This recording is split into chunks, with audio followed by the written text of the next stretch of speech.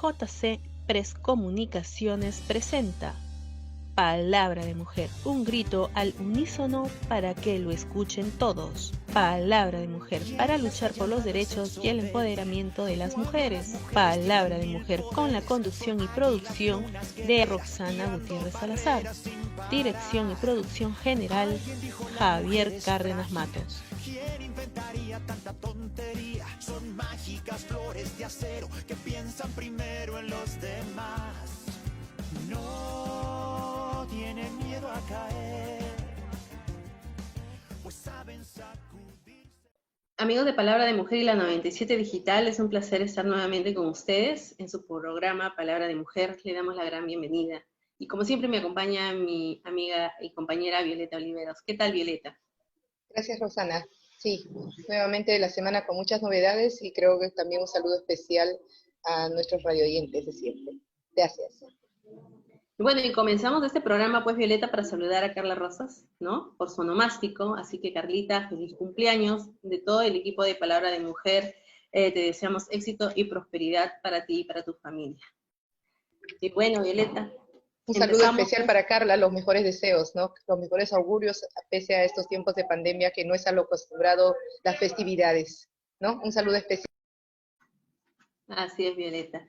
Y bueno, entramos en el comentario de la semana, pues, Violeta, ¿no? Al parecer el rebrote ya empezó, ¿no? Ya tenemos el caso de una persona fallecida por el tema del COVID y bueno, al parecer es por falta de camas. Yo creo que tenemos que estar más ahora, mucho más atentos a lo que puede pasar porque se vienen las fiestas navideñas, ¿no? Las personas salen a comprar y realmente uno debe de evitar exponerse, ¿no? Yo creo que una de las recomendaciones que podemos brindar acá nosotros a través de Palabra de Mujeres es elaborar una lista de compras, ¿no? Llevar bolsas y no salir a horas puntas, tal vez más temprano, ¿no? No andar en grupos, solamente que vaya la persona tal vez que vaya a comprar, no estar tocando los objetos, ¿no? Si no vas a comprar es mejor no tocarlos, ¿no? Uno no sabe qué virus puede adquirir como se dice, en el camino, ¿no?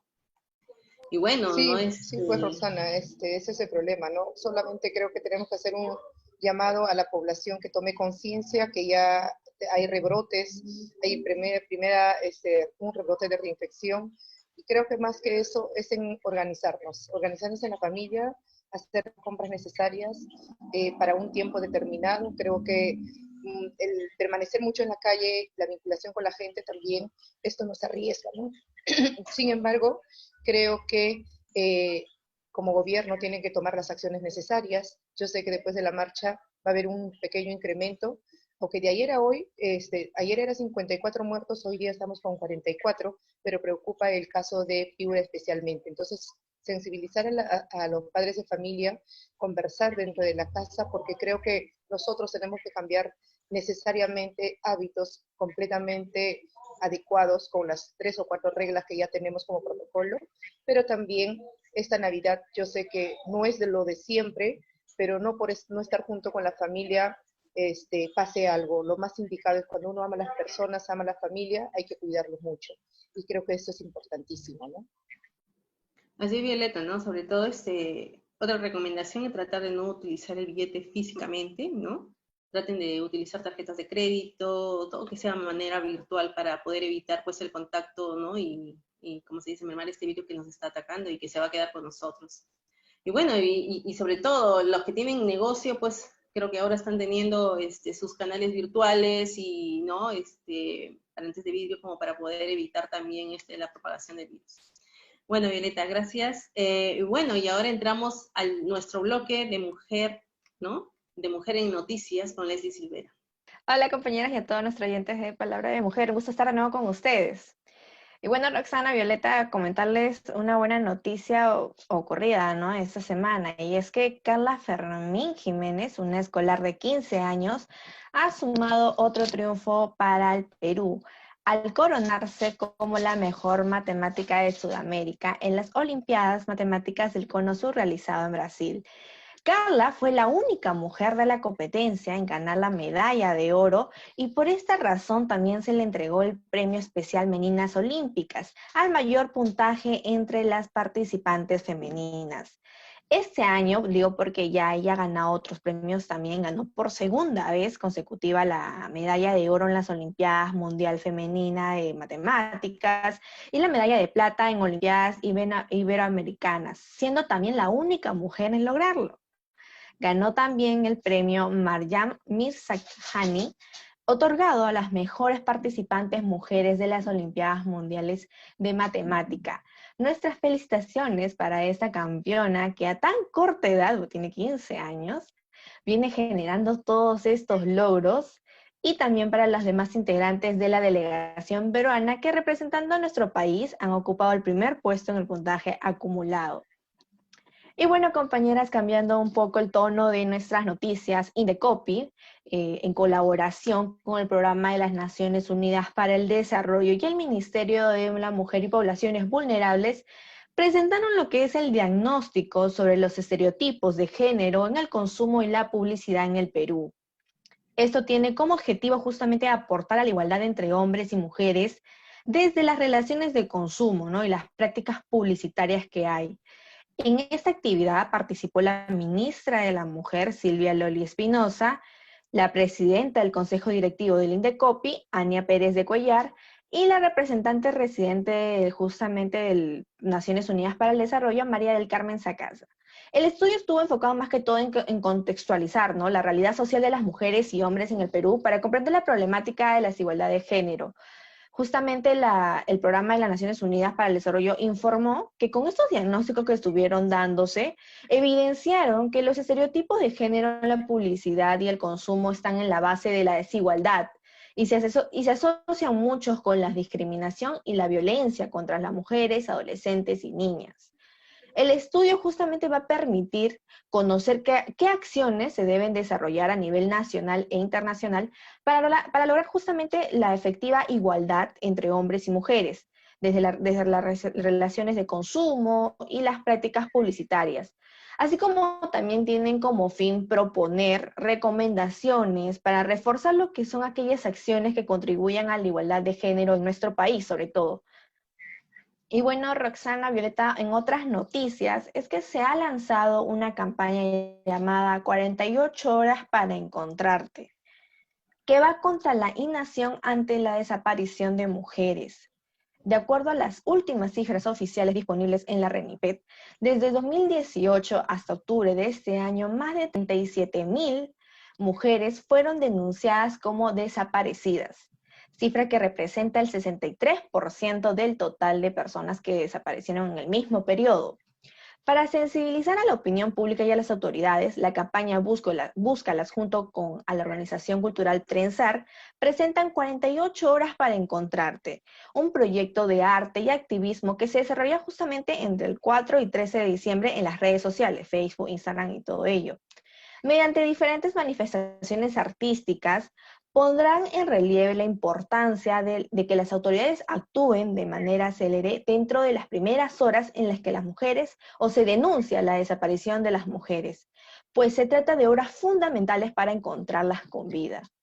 Sin duda, una gran iniciativa por parte de estas organizaciones que esperan, igual nosotras, que las autoridades respondan con prontitud, ¿no?, las denuncias por desapariciones, sobre todo en el caso de las mujeres, pues muchas de esas desapariciones hemos visto que terminan con feminicidios. Y bueno, Roxana, Violeta, estoy atenta a sus comentarios. Así es, Leslie, ¿no? Ojalá que realmente esa gran idea, ese gran plan de evacuación a favor de la mujer, pues realmente se haga sentir, ¿no? Como tú dices, 48 horas, ver a una persona desaparecida es muy importante hacerla llegar porque es totalmente distinto. Pero gracias, muchísimas gracias, Sí, bueno, Leslie. Leslie, es interesante la parte que indicas, ¿no? Cómo esperar un tiempo determinado para hacer la búsqueda. Ya habíamos previsto algunas cosas que eran más rápidas, ¿no? Tú no puedes esperar más de 2 horas a una persona que desaparezca de tu casa sin decir nada. En esas 2, 3, 4 horas podía haber pasado ya algo. Entonces creo que es oportuno, además de todo, es que las familias también tengan una conexión con la comisaría más cercana. ¿Sabe por qué? Porque al final de todo, por ejemplo, uno se llama serenazgo, aparecen después de 1 hora, 2 horas. Entonces esa mala articulación hace que a veces dupliquen acciones o confíen de los otros y no hagan su trabajo. Entonces se hace un llamado también a los sectores que intervengan en esto y sea inmediato, ¿no? Así es, Violeta, ¿no? Tener una estrategia de ayuda en comunidad, ¿no? Estar atentos todos. Bueno, gracias Violeta, gracias Leslie, y bueno. Si te gustó el video, no olvides darle me gusta, suscribirte y activar la campana de notificaciones. Seguimos con nuestro panorama, ¿no?, de la semana. En este caso vamos al ámbito social. Ya tenemos 3.817 pacientes hospitalizados, ¿no?, de las cuales 1.019 se encuentran todavía en UCI. Aproximadamente, según la MINSE, se ha registrado 979.111 contagiados y se ha registrado el fallecimiento de 36.499 ciudadanos, ¿no? Ya se han procesado muestras moleculares y serológicas, ¿no?, para 5.217.086 personas aproximadamente. Bueno, los indicadores que indican nos dice que COVID todavía está a la baja, pero yo creo que aún no podemos cantar victoria con estos números. Por otro lado, pues el gobierno mexicano también ha anunciado esta semana que se empezará la vacunación contra el nuevo, ¿no?, contra este virus a finales de diciembre. Por otro lado, también el Ministerio de Cultura ya desarrolla estrategias de comunicación dirigido a lo que es la población indígena, ¿no?, u originaria, para difundir mejor los mensajes de pertenencia cultural, además de prevención y una respuesta ante esta emergencia sanitaria. Por otro lado, también, como lo había comentado ya Leslie, ¿no?, la ministra de la Mujer, Silvia Loli Espinosa, señaló que el quedarse sola en el día en casa y hacer uso de modalidad de teletrabajo, ¿no?, o miembros de la familia que también han perdido el empleo, pues agudizan las tensiones en el hogar, y estos han generado pues condiciones de total inseguridad para las mujeres, niños, niñas y adolescentes, ¿no?, que realmente son los más vulnerables a las agresiones físicas o sexuales, ¿no? Y también indicó que más de 1/3 de los feminicidios ocurren en la casa de las víctimas, ¿no? Y el 80% de los casos de violencia sexual están ejercidas por familiares o amigos cercanos. También, por otro lado, la ministra de Salud, Pilar Macetti, también ha recibido, pues, al nombre del Ministerio de Salud, un grupo de cabinas Voltrak, que han sido donados realmente por la República Corea, ¿no?, a través de la Agencia de Cooperación Internacional de Corea, para la toma de muestras de coronavirus, ¿no? Más o menos está valorizado en sus $50.000. Y por último, las emisiones de CO2 de origen fósil registraron pues una disminución récord de 7% en el 2020, ¿no?, por las medidas de confinamiento. Esto es en cuanto al tema social, Violeta. Bueno, tenías razón en decir que estos días tenemos que tomar todas las previsiones, pero no solo es el aumento, sino a la alarma que lanza la ministra y dice que solo se han infectado 40%. O sea, ellos tienen ese dato del 39,9%, casi 40%, los que han hecho el examen o han llegado ahí los diagnósticos.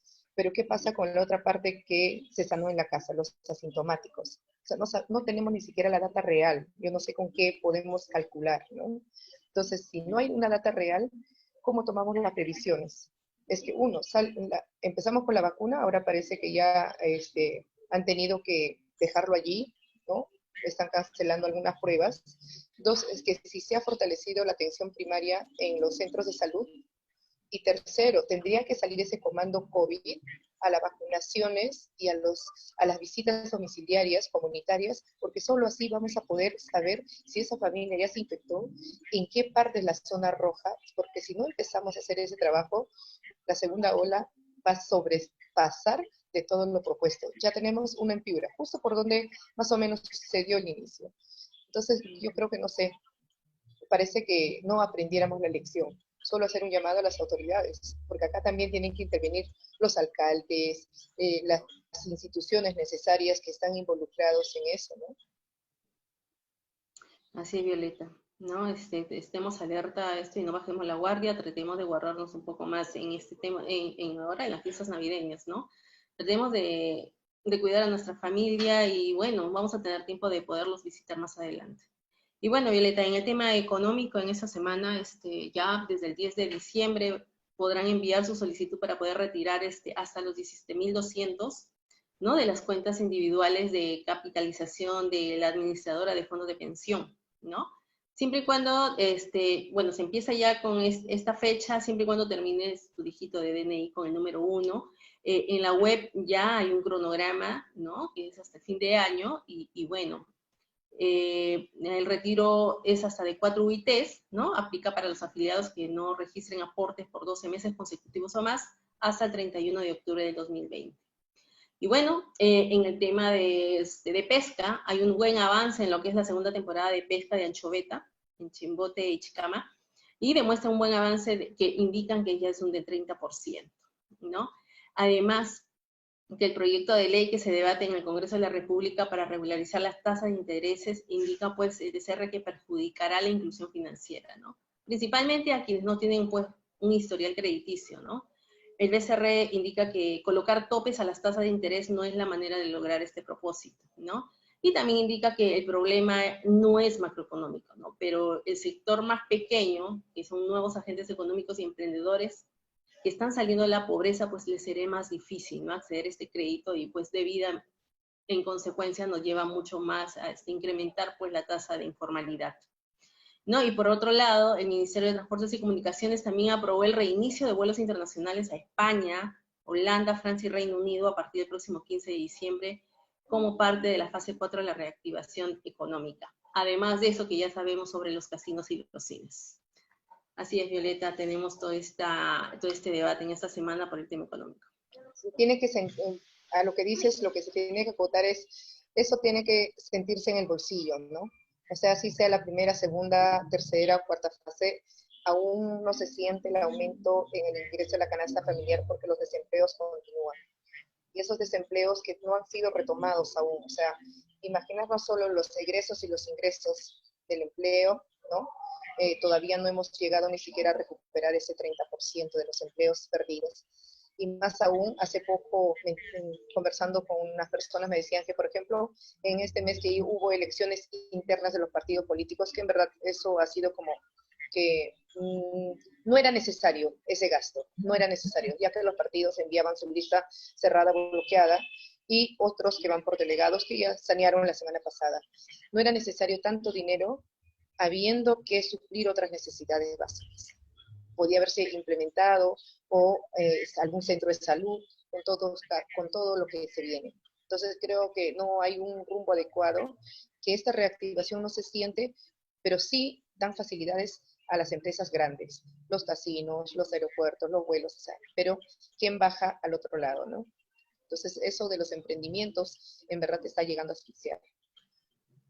Bueno, Rosana, ojalá que tomen cartas en el asunto y que vean a los más vulnerables. Lo que se quiere es eso, ¿no? Así es, Violeta. Y bueno, Violeta, te doy el pase para que nos brindes el análisis político de esta semana. Gracias, Roxana. Tenemos bastante que hablar del panorama político. Creo que lo más resaltante en esta semana ha sido los resultados de los partidos políticos en las elecciones internas por delegados, y todavía notamos aún que hay mucha precariedad dentro de los partidos políticos, ¿no? Hay ausencia de la militancia. Creo que es una desvalorización, además de hacer política, y solo decirle a la ciudadanía que si algo quieres en el país, tienes que involucrarte, ¿no? Porque la indiferencia hace que los que quieran hacer algo lo hagan sin que nadie los vea. Si todos no nos comprometemos, si todos no estamos involucrados, tampoco podemos pedir cuentas claras. Entonces, sí es preocupante. Hay muchos partidos, además, que tienen muchos años de formación, muchos años de fundación, ¿no? Que tengan una militancia del 0,3% eligiendo a los candidatos. Quiere decir que la mayoría de los candidatos que van a ir ahora en el Congreso no tienen representación en legitimidad de sus militantes, o es que los militantes se fueron.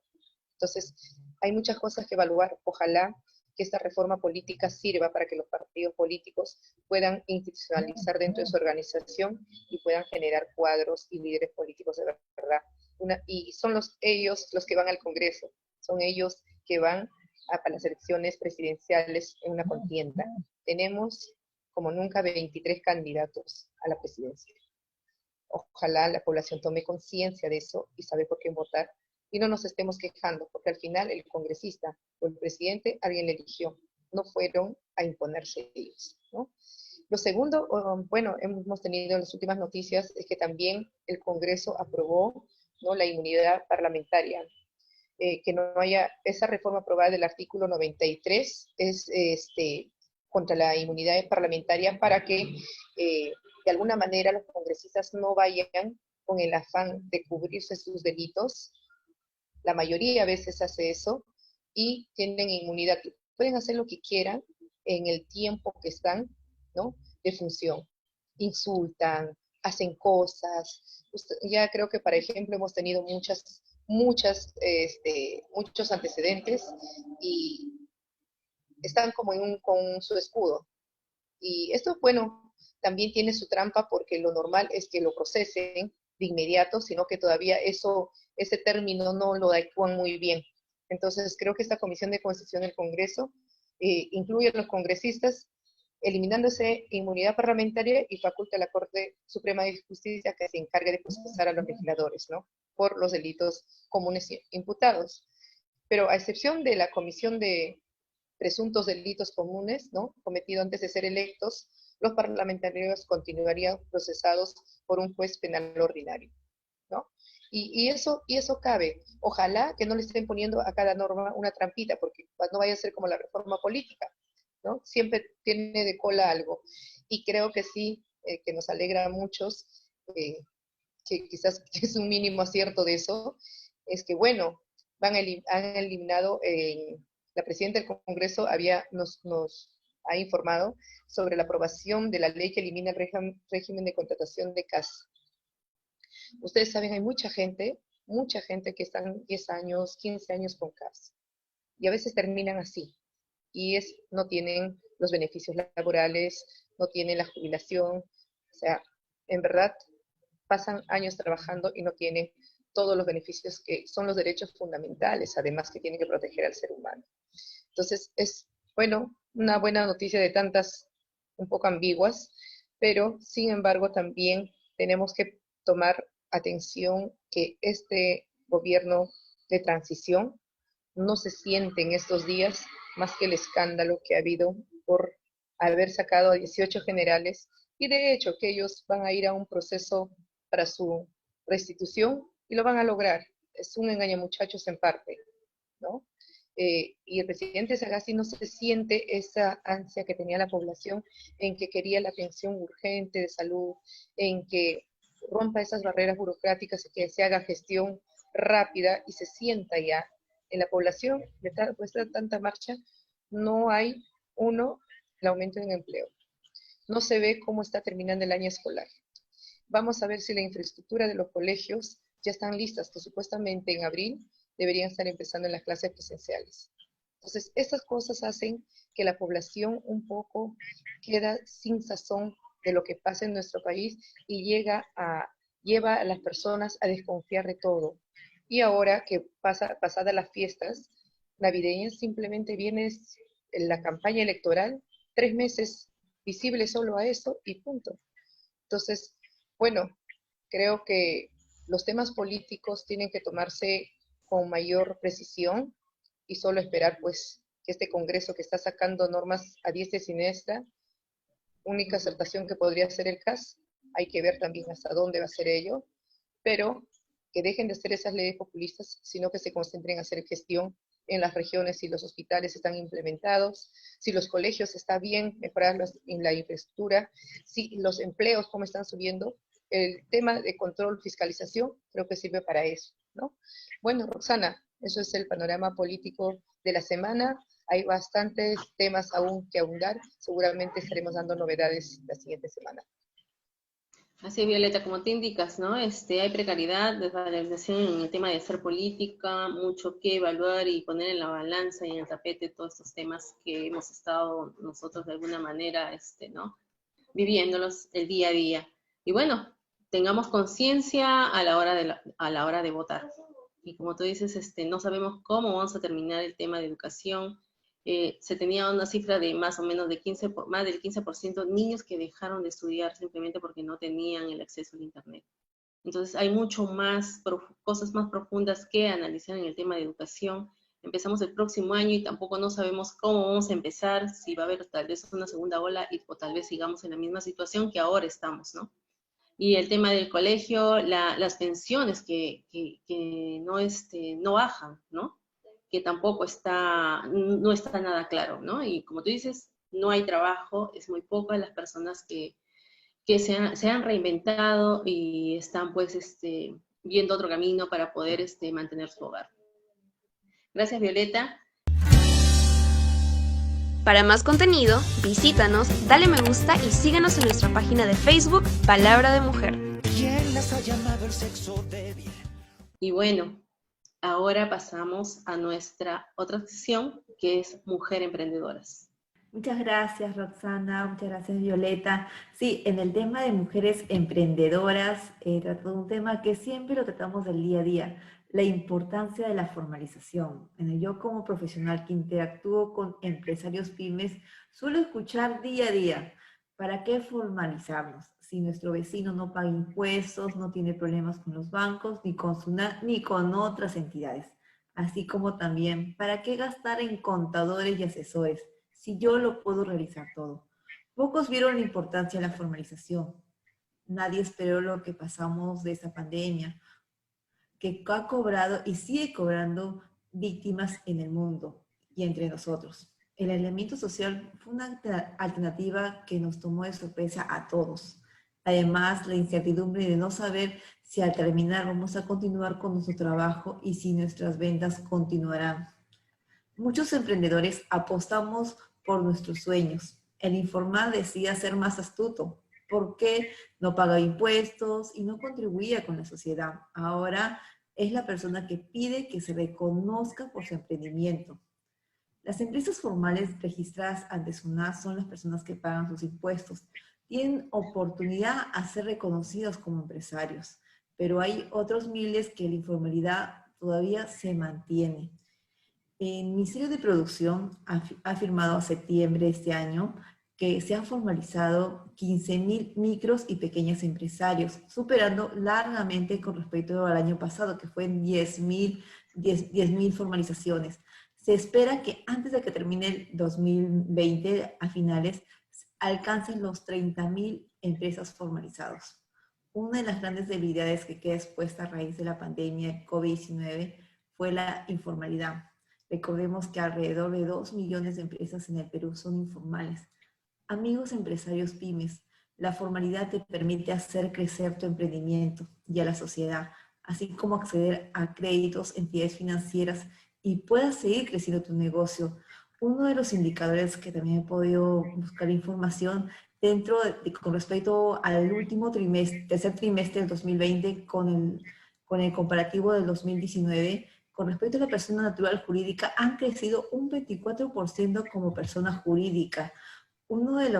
Tengo muchos clientes me dicen, señorita Jacqueline, ¿qué me recomienda? ¿Me formalizo como jurídica o como natural? Yo siempre les digo, ¿cuál es tu visión como empresario? ¿Cómo quieres crecer tú? Como jurídica, te comento, la diferencia entre natural y jurídica es que si es como natural, va a salir tu RU con tu nombre y va a salir con el número 10. Y si es con tu nombre, cualquier afectación va a afectar con tus bienes, tu propiedad. Y si es como jurídica, va a afectar con el capital de tu negocio. Es muy importante que identifiquen eso. Yo siempre digo, asesores, oriéntense y esperemos con ese pequeño aporte tomen en consideración. Así es, Jackie, ¿no? El tema de emprendimiento y eso que no sabemos, ¿no? Sí. Uno cree que por estar como persona natural no te va a afectar, como tú dices, tus bienes personales, ¿no? Y como persona jurídica también pues tiene sus reglamentos, ¿no? De cuánto te va a afectar a ti como persona jurídica, como tú dices, con tus bienes, con tus activos. Sí, ¿no? Claro, bueno, esa es una trampa en parte, ¿no? Porque sí, justo que allá que alguien escuchaba. Por ejemplo, ha habido emprendimientos de señoras, y mi mamá me cuenta, ¿no?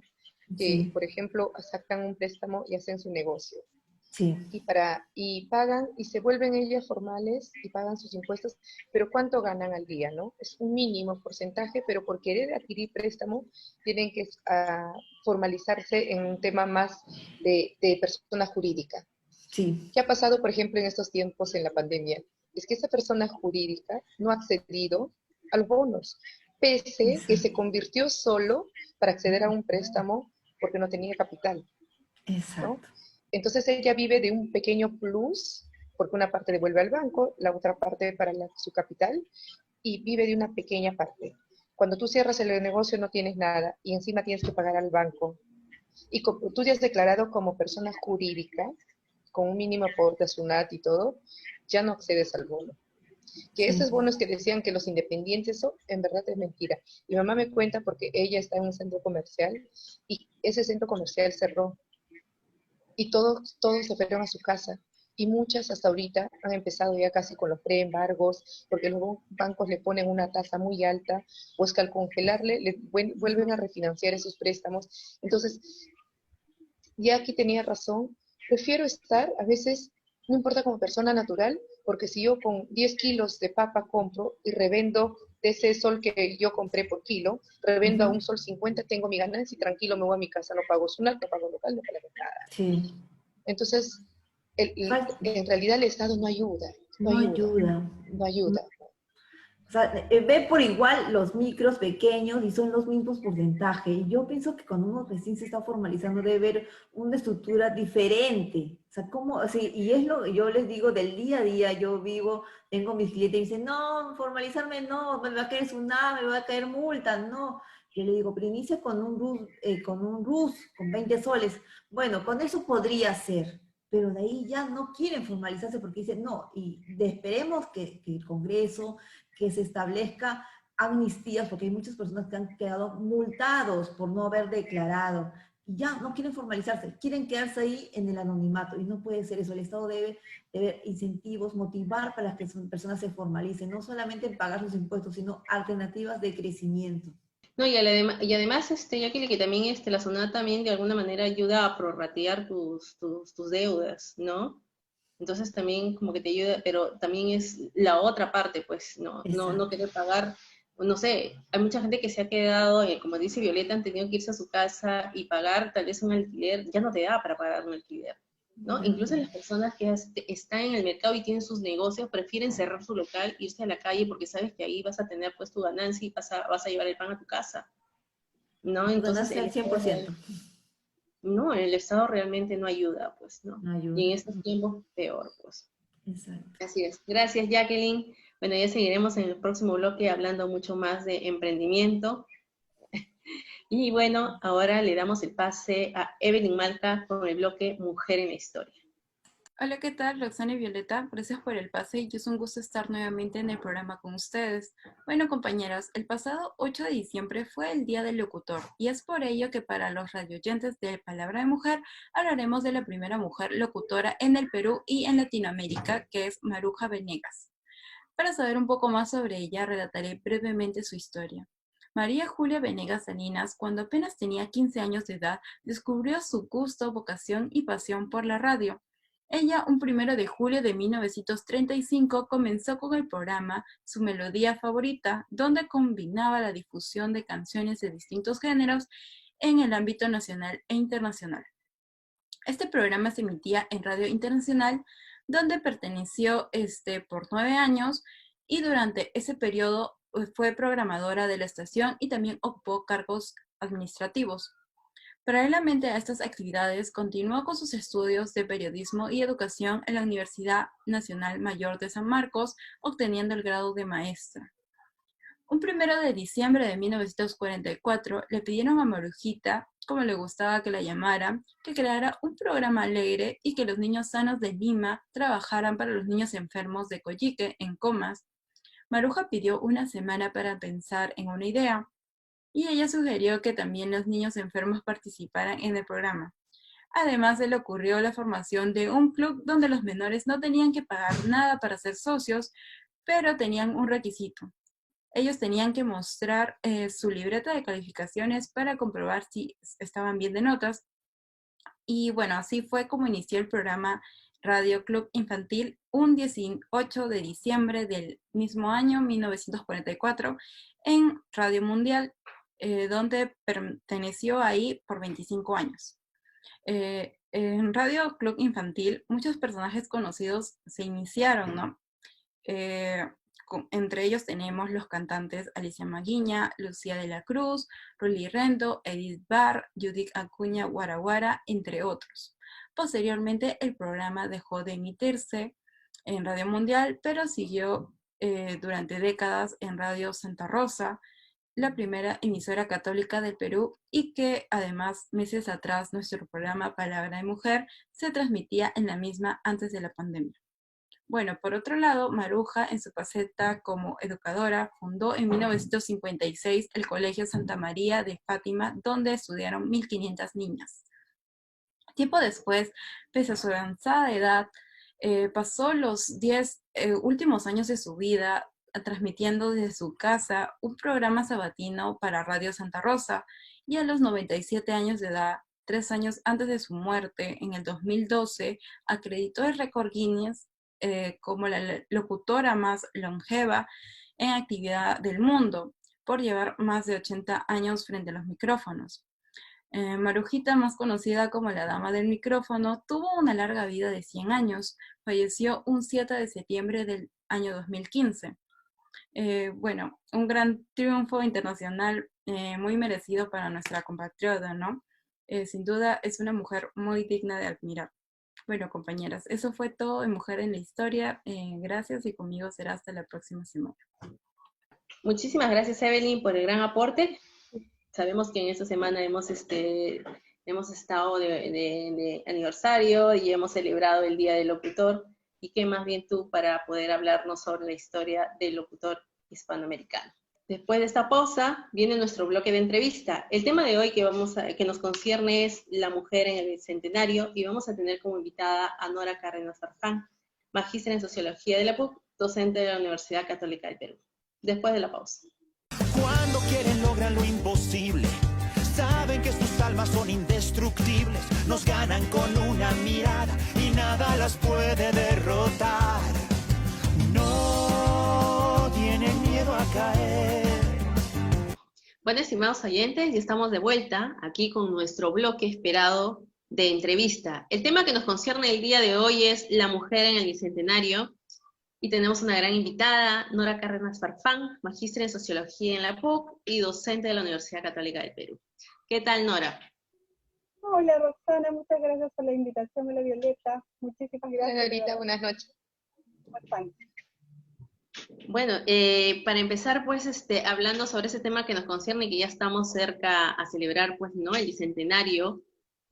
Nora, tú que eres muy especialista en el tema, desde tu perspectiva, ¿cómo llegamos las mujeres al Bicentenario, ¿no?, dentro de las situaciones respecto a sus derechos, a menos violencia? ¿Cómo lo percibes? ¿Cómo lo analizas? Yo creo que las mujeres llegamos al Bicentenario con grandes conquistas, ¿ya? Yo creo que hay temas que se han logrado con muchísimo punche, con muchísimo esfuerzo. Por ejemplo, el tema de la participación política. En ese momento, por ejemplo, a pesar de la difícil coyuntura que vivimos, tenemos una mujer presidenta del Congreso, una mujer presidenta de la presidencia del Consejo de Ministros, tenemos una mujer presidenta del Poder Judicial. Entonces son hechos que nos devuelven, ¿cierto?, que efectivamente se están rompiendo los techos de cristal. Y en el caso de las jóvenes también tenemos mujeres empoderadísimas. Ellas han estado, por ejemplo, en las marchas de noviembre. Si miramos la data que nos suelta, por ejemplo, las encuestas que se hacen justamente de las jóvenes del Bicentenario, lo que están diciendo es que en las marchas eran mayoritariamente mujeres de 18 a 24 años. Y estás hablando de un grupo poblacional crítico, ¿cierto?, de un indignado, pero también que ya no le tienen miedo a la política. Y creo que ese es el gran logro, por ejemplo, de esta llegada al Bicentenario. Entonces, en términos de logros, tienes participación política, vamos avanzando, lento, pero se va llegando, ¿cierto? Todavía nos falta conquistar espacios, eso es verdad. O sea, gobiernos regionales no tenemos ni una sola presidenta mujer. No tenemos, en gobiernos locales, por ejemplo, en las provinciales, creo que tenemos 3.5% de mujeres que acceden a puestos de elección. A nivel distrital tenemos 5% y hay un gran déficit, ¿cierto?, en el tema de participación política. El tema de la violencia, yo creo que ese es el gran punto de quiebre para todas las mujeres. Y creo que es ahí donde siento yo que camino al Bicentenario tenemos que empezar a construir ciertos nuevos sentidos, porque en plena pandemia, por ejemplo, hay cosas bien interesantes en términos de género, ¿ya? Por un lado, ¿cierto?, esta agencia de mujeres, las mujeres en primera línea, digamos, las enfermeras, médicas, mayoritariamente mujeres. Las mujeres de limpieza, trabajadoras, ¿cierto?, del municipio, mujeres en primera línea. Las ollas comunes, estas organizaciones de mujeres, ¿cierto?, que también responden de manera inmediata al tema de la emergencia, se organiza y es el Estado el que se demora, por ejemplo, en apoyar y en ver cómo canaliza esos aportes. Entonces tienes, por un lado, ese tipo de respuestas que es bien interesante camino al Bicentenario, porque justamente nos está hablando de una nueva impronta en lo que es el tema de las mujeres. Las jóvenes en esta época, por ejemplo, y yo trabajo con jóvenes, yo soy profesora, hay temas que son interesantes para analizar. Ellas no están dispuestas, por ejemplo, a tolerar actos de hostigamiento, actos de violencia. Yo siempre digo, ¿no? En mi generación había muchas cosas que más o menos, ¿cierto?, naturalizadas, situaciones en las cuales tú pasabas más o menos piola, ¿cierto? Ese tipo de situaciones. Estas muchachitas de ahora saben de sus derechos, las defienden y saben los canales para hacer las denuncias. Entonces ahí tú tienes una generación que es bien interesante mirarlo, que es interesante acompañar, una generación que ya no le tiene miedo a la política, como decía al inicio, y siento que nuestro gran punto para seguir trabajando es el tema de la violencia hacia las mujeres, ¿no?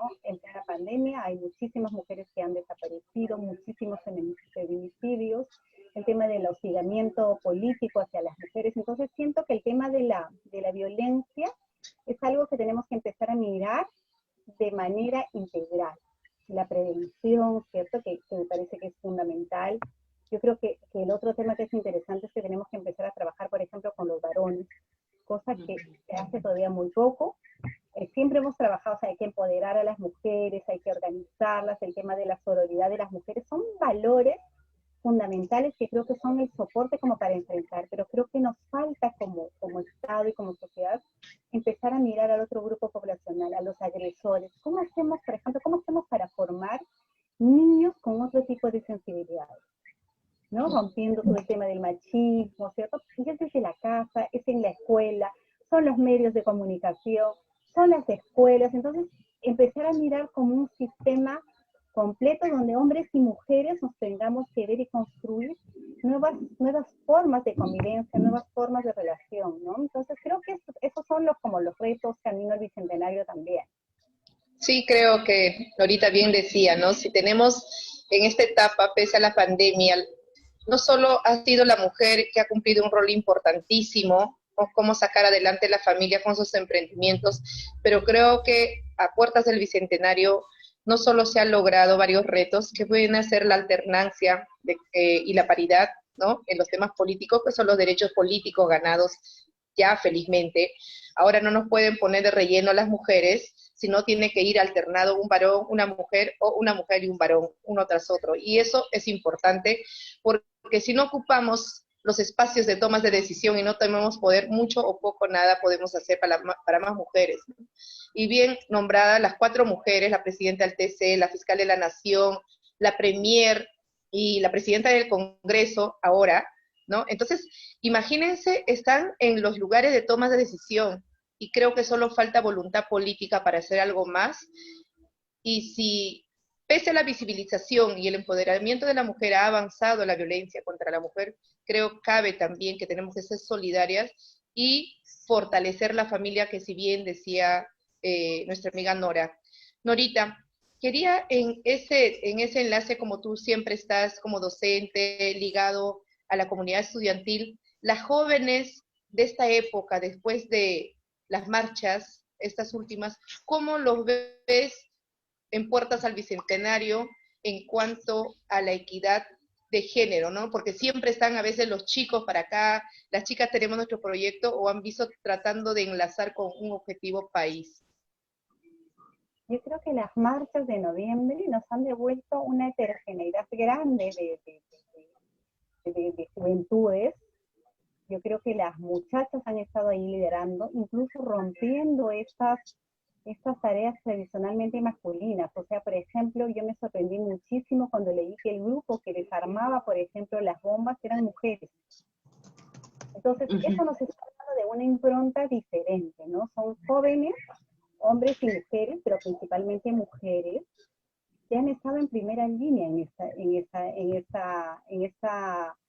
esta toma de indignación, en esto de ocupar el espacio público, ¿cierto? De tomar las calles, el hartazgo, ¿cierto?, a la política. Entonces siento que hay una juventud, y principalmente mujeres, con una mirada crítica de lo que es la política, pero además sin miedo a hacer política. Entonces estamos cansados, ¿cierto?, de los partidos políticos, pero hay formas de organización y de resistencia que es bien interesante como para analizar y para mirar. Son mujeres que están enfrentando la calle y saliendo a la calle y colocándose en lugares importantes. Y cuando yo nombro a estas 4 mujeres que están en esos 4 puestos importantes en el país, creo que también sirven como referentes, como modelos.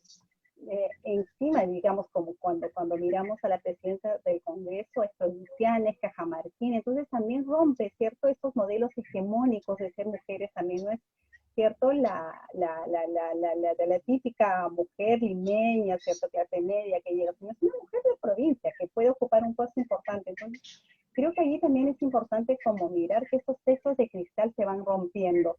Y creo que las jóvenes van en ese camino con muchísimo entusiasmo, criticando las cosas, pero no solamente criticando, sino actuando, ¿no? Y entonces creo que eso es importante. Claro, Nora, como tú dices, ¿no? Tenemos una juventud con mirada crítica, ¿no? No le es indiferente a la política, ¿no?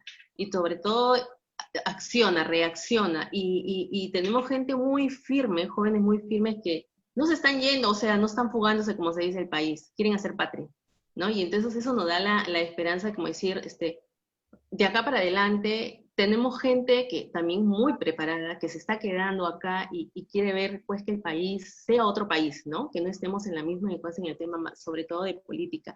Pero tú no eres especialista, ¿cómo ves el tema de comunidades, ¿no? En nuestra selva, en nuestra sierra? ¿Cómo ves tú, cómo te proyectas?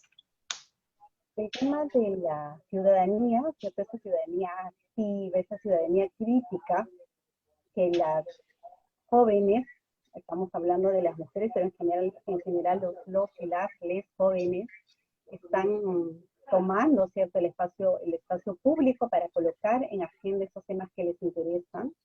Creo que la marcha de noviembre nos ha devuelto, por un lado, aprendizajes de mucho tiempo atrás. O sea, el tema de la participación de las juventudes no es nueva, digamos, en nuestro país, sino que ahora ha sido súper organizada, estructurada, tienen otros medios los jóvenes. De hecho, ya la socióloga Noelia Chávez ha hablado, por ejemplo, de cómo el tema del acceso a Internet, los medios de comunicación, Instagram, TikTok, hace que, digamos, sea mucho más rápido la organización. Creo que eso es fundamental, pero también han sido marchas descentralizadas, que es súper importante. No solamente ha sido la marcha en Lima, han sido marchas en Lima, también se han descentralizado, pero también en las regiones. Y a diferencia de Lima, que principalmente ha sido, según la data que está revisando, mujeres de clase media, ¿cierto?, en su mayoría de 18 a 24, en las regiones la diversidad ha sido mucho más interesante, ¿no? Entonces, incluso en comunidades han salido a hacer marchas, en distritos, en provincias, y creo que esta manera de organización, que creo que además tiene que ver con este manejo de medios, el acceso a información ahora, ya no pasa, digamos, por los medios tradicionales, ¿no? Antes, para los que han militado partidos antes o organizaciones u otro tipo de cosas, podrán dar cuenta de cómo para tomar un acuerdo tenías que ir a una reunión, ¿cierto? Acordar, ahora todo se hace por redes, entonces la rapidez y la inmediatez es súper interesante como para para mirar de otra manera esta nueva generación que emerge y que surge, ¿cierto?, con una fuerza que creo que capitaliza además mucho de los saberes y mucho de lo que viene, de lo que hemos venido haciendo, digamos, en general muchos de nosotros.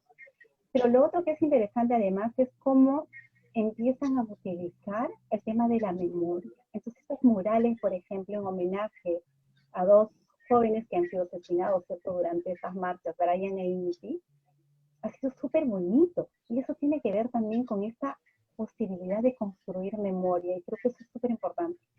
Siempre digo yo que la historia en el país, si no queremos que se repitan las cosas, hay que empezar a construir memoria, y creo que estos chicos la tienen clara también desde esa perspectiva, ¿no? O sea, la memoria es algo que se ha duplicado y además responden con más acción, ¿no? Les borran un mural y hacen 10 más.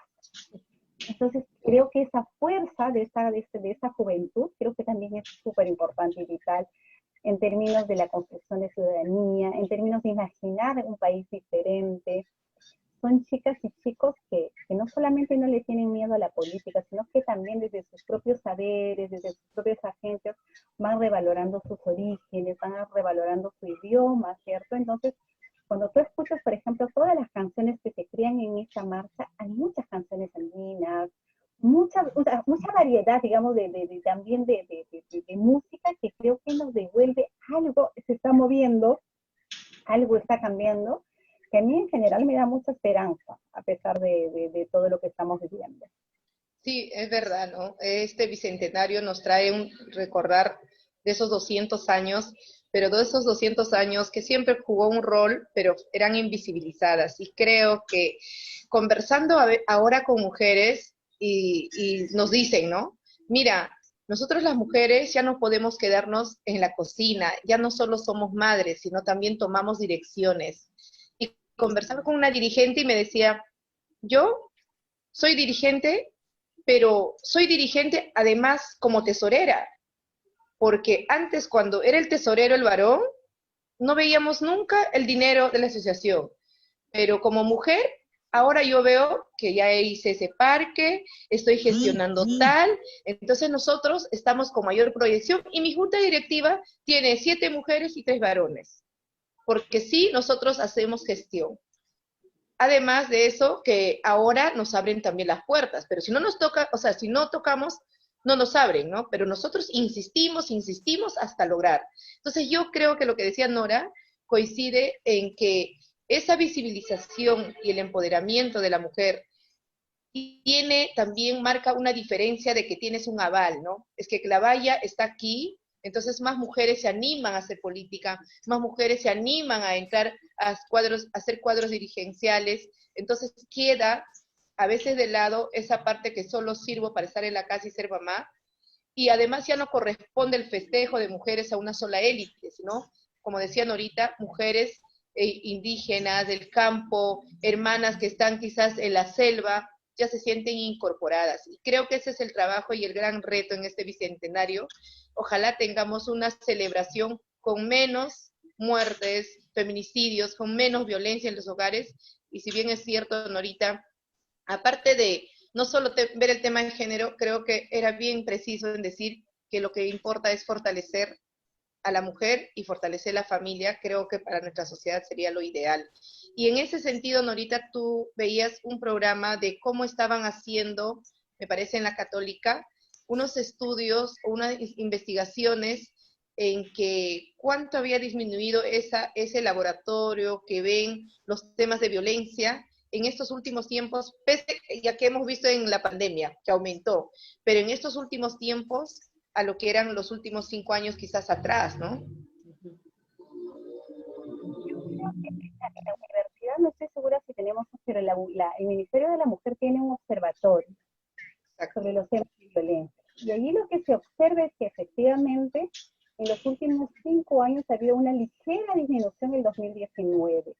Datos al 2020 hay que mirar qué es lo que está pasando. En la pandemia no ha parado la violencia, y creo que eso también es importante decirlo, ¿cierto? La violencia no ha parado, los feminicidios no han parado, muchas mujeres se han visto obligadas a vivir con el agresor en la casa que términos, digamos, de la pandemia, es el lugar seguro donde hay que quedarse. Para muchas mujeres no lo es, ¿cierto? Para muchas niñas no lo es, hay embarazos adolescentes, hay violaciones, cierto, abuso sexual a las niñas. Entonces ahí hay un tema que creo que merece ser trabajada y merece ser mirada y atendida por el Estado.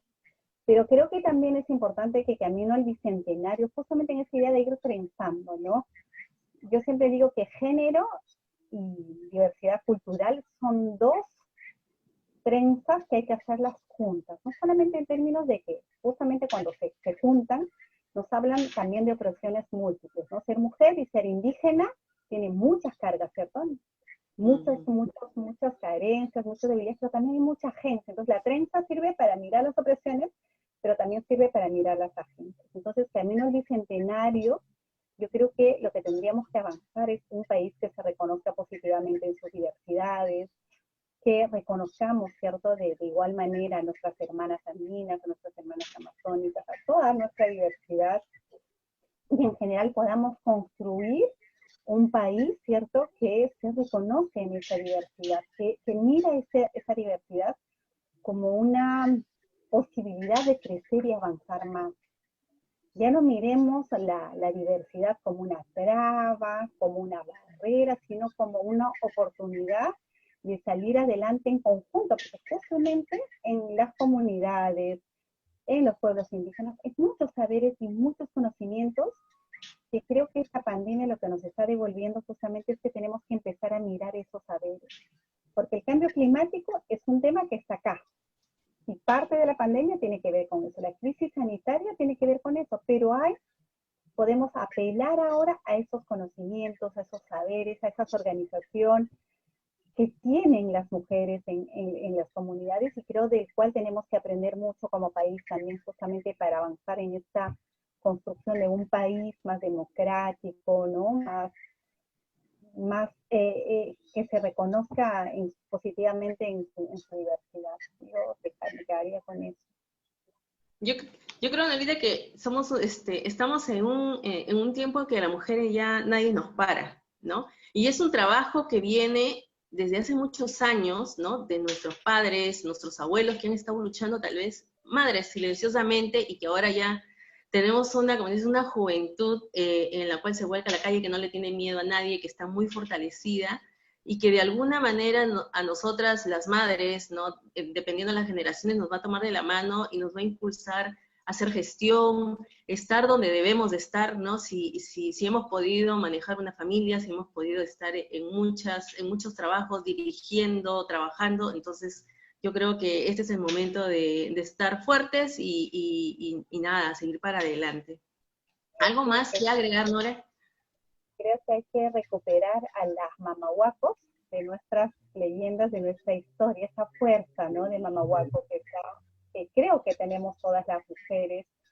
Yo creo que esto es lo que hay que empezar a colocar, a canalizar. Yo creo que es importante acompañar, ¿cierto?, a estas mujeres jóvenes que salen. ¿Cómo vamos a hacer para que no se desilusionen y para que puedan seguir avanzando y conquistando esos espacios que sus generaciones anteriores ya les van abriendo, ¿no? Las trochas. La trocha ya está abierta, entonces lo que ahora es que hay que construir, hay que seguir avanzando en este proceso.